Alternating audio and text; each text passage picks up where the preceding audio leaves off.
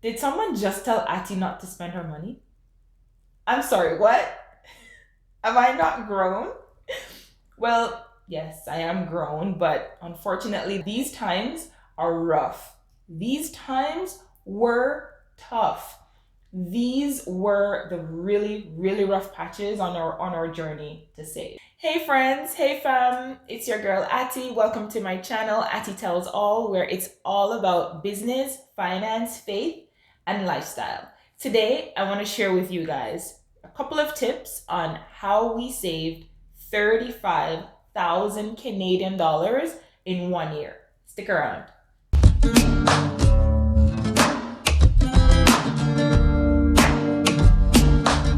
So, today I wanted to let you guys in on a couple of tips on how we saved 35,000 Canadian dollars in 1 year. The we and the us in this video is my husband and I, and we want to share these tips with you so that it can hopefully help to make your saving approach a little bit easier. I know, I know it's easier said than done, but here's the trick. It's a mindset. Yes, it's actually a mindset to eliminate unnecessary spending. You can do it. If you're able to save and save effectively, then it means you're well on your way to implementing or adapting a more frugal lifestyle. So, here's why we saved. At the time, we were very interested in building a house overseas, and overseas for us is back home, and back home for us is Jamaica. And we wanted to build a house there, but with this money that we saved after that full year, we ended up purchasing a home here in Canada. So I know that it's not so simple to come up with all that money. However, you can achieve your financial goal under your financial circumstances. These tips work for us, so take what you need from them, leave what doesn't work for you, and hopefully you can hit that mark that you're trying to save towards.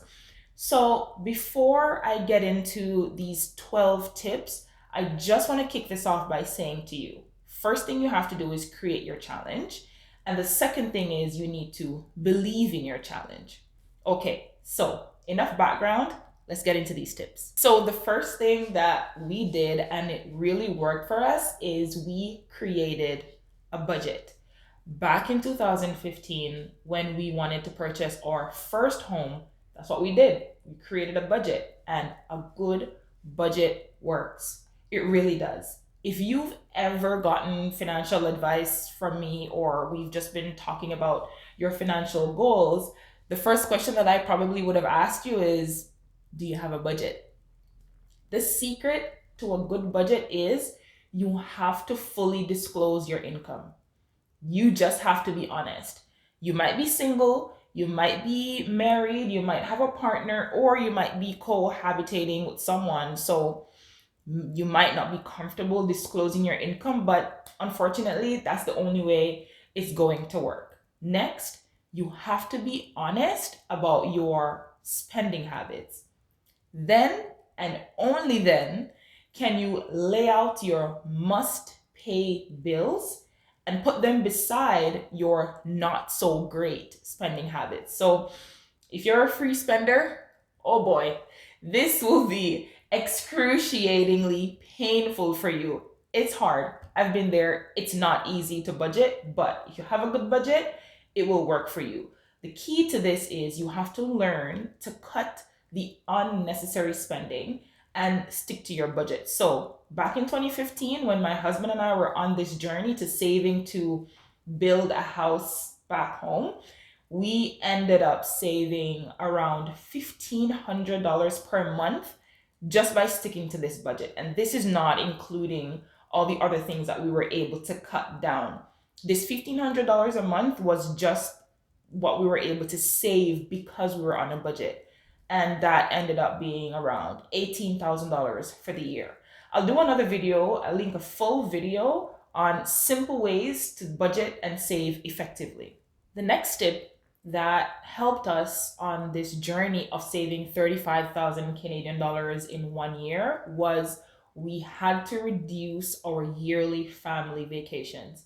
Vacations for us meant overseas, and overseas for us meant Jamaica. So we all know that Jamaica is pretty expensive where vacationing is concerned. So for us, we spent well over a few $1,000s each time we went on vacation. So this is vacation where we're there for 2 weeks or we're there for 3 weeks. We never go for 1 week on purpose unless there was like something urgent or special happening. But we tried to go multiple times for the year. We had very young children, and that cost us a lot. We did realize really quickly that this was costing too much. So, what we had to do was increase our staycations. So, we took more road trips. We would spend time maybe at a local ski resort in the winter, a few days here and there at the cottage, a few weekends here and there in and around the province, a long road trip to the beach in the summer.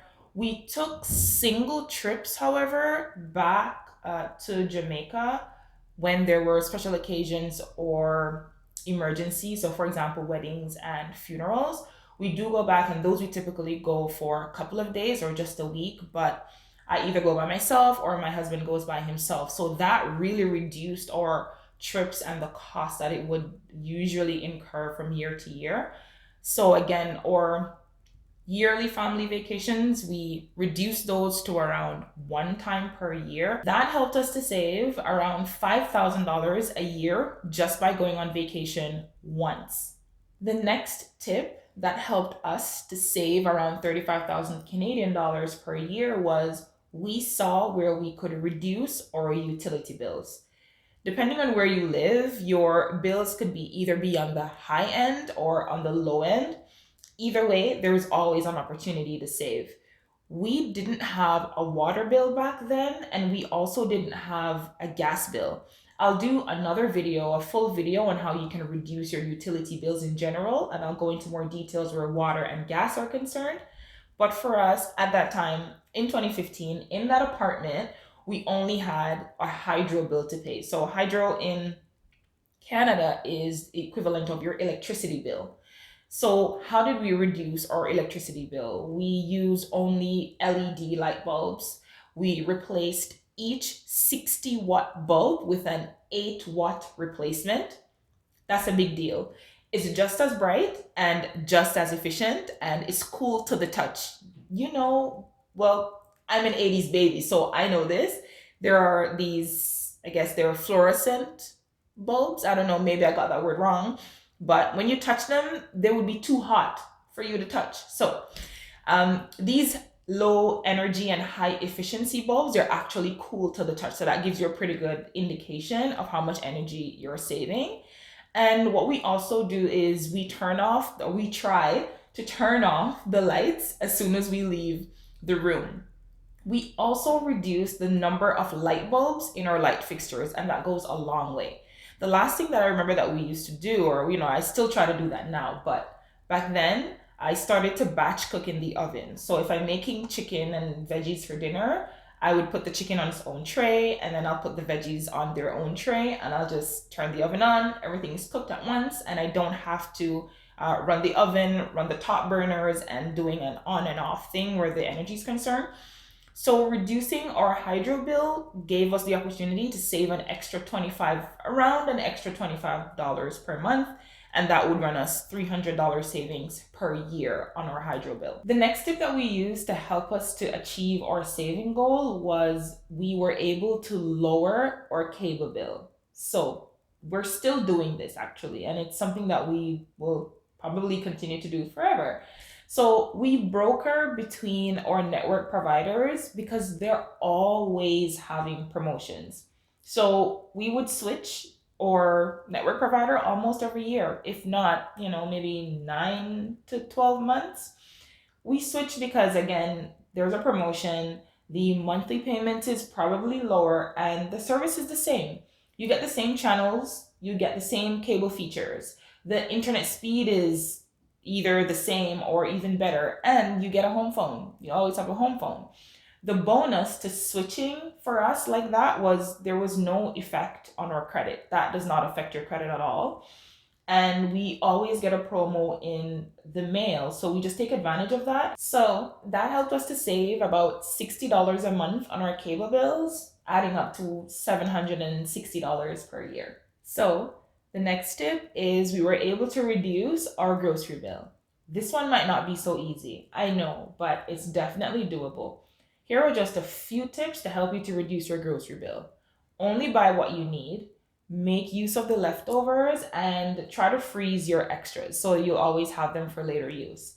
So, because we did these few things that helped us to reduce our grocery bills, we saw where it was able to help us to save an extra $100, giving us another savings of $1,200 per year. So, here is the next tip: implement no spend weeks or months.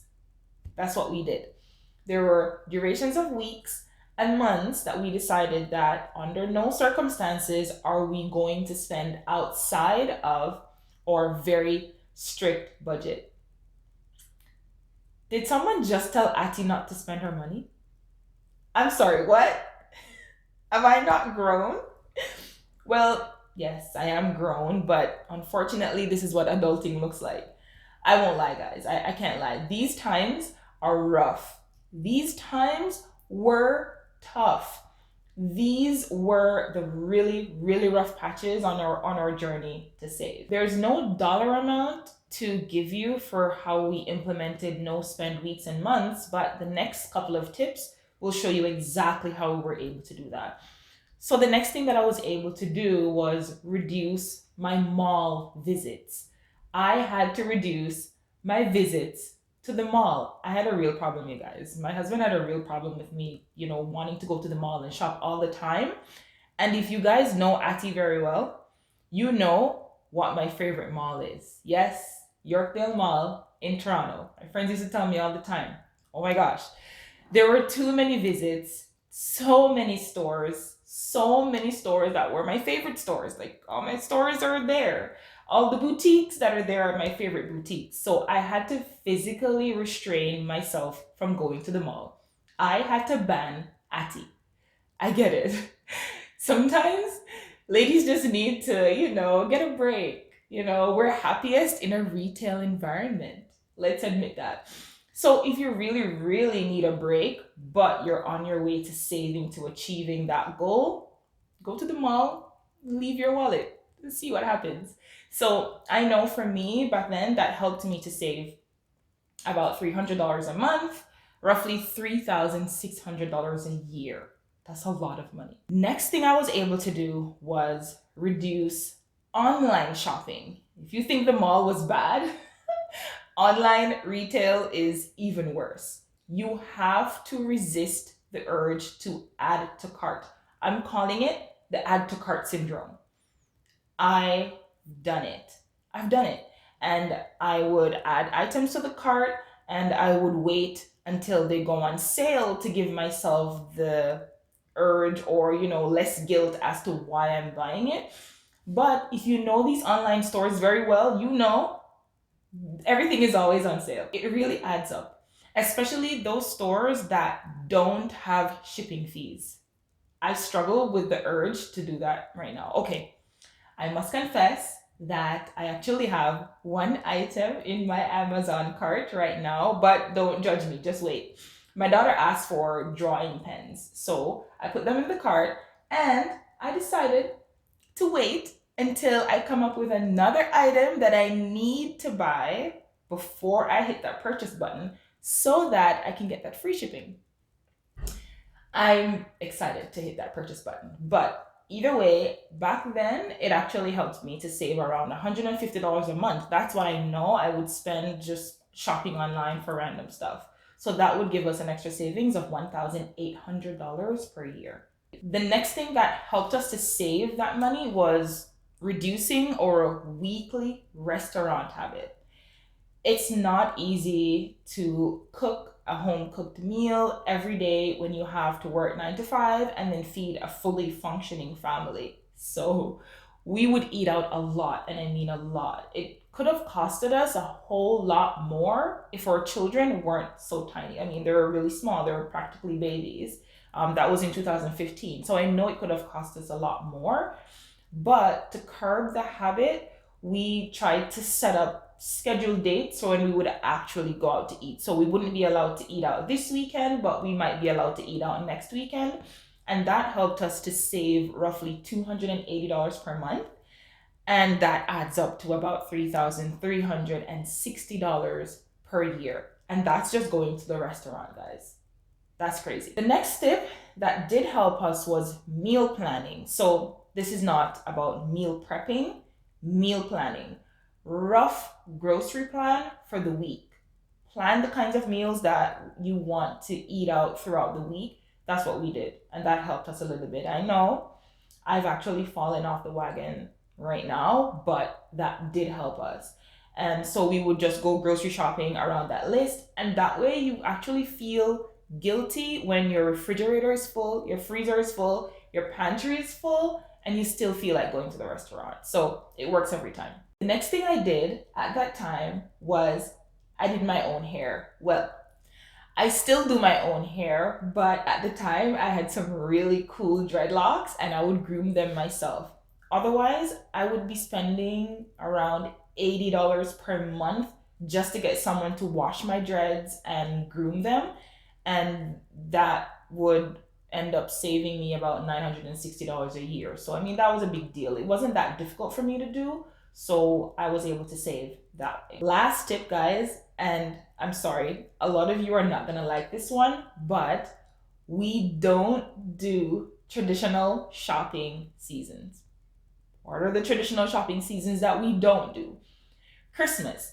We celebrate Christmas, but we don't spend on Christmas. So we didn't do decorations, we didn't buy Christmas trees, and we didn't cook this big Christmas dinner. We didn't do that. The only thing that we used to do was we used to take the kids to Toys R Us and let them pick out their gifts, and that was it. I admit that last Christmas, I did buy a Christmas tree and I decorated a little bit, but back then, we didn't do any of that, so we were able to save. Thanksgiving, we didn't do Thanksgiving either. As a matter of fact, we still don't do Thanksgiving. So no Thanksgiving dinner to spend on and no Thanksgiving outfits to spend on. What's the other traditional shopping season? Easter. This one is even worse. I don't even know what I would buy during the Easter season. Oh, wait. We're Jamaican, but I don't like bun and cheese, but Jamaicans do like bun and cheese, and we do eat that typically around the Easter time. It's a big deal. My family likes bun and cheese, but I don't, so we hardly spend money on that. And I also think that we fry a lot of fish during the Easter season. Like, you guys comment below and let me know if I'm wrong, but I like fish, but I just don't spend on holidays that much. And the last holiday or season that we don't spend money on anymore is Halloween.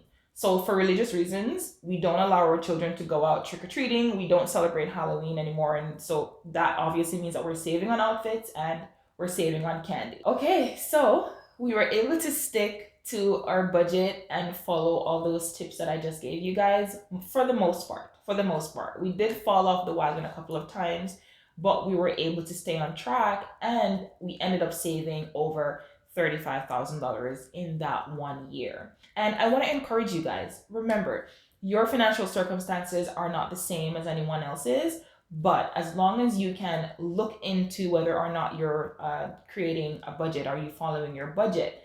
I will do a full video and give you some tips on how to budget and budget effectively. So don't think about your financial situation too much. You can achieve your financial goal based on what you're setting out and also based on what you know is reasonable for you. So those are my tips for this video, guys. Let me know what you think and thanks for joining me. Don't forget to like and share. And until then, it's Auntie Tells All.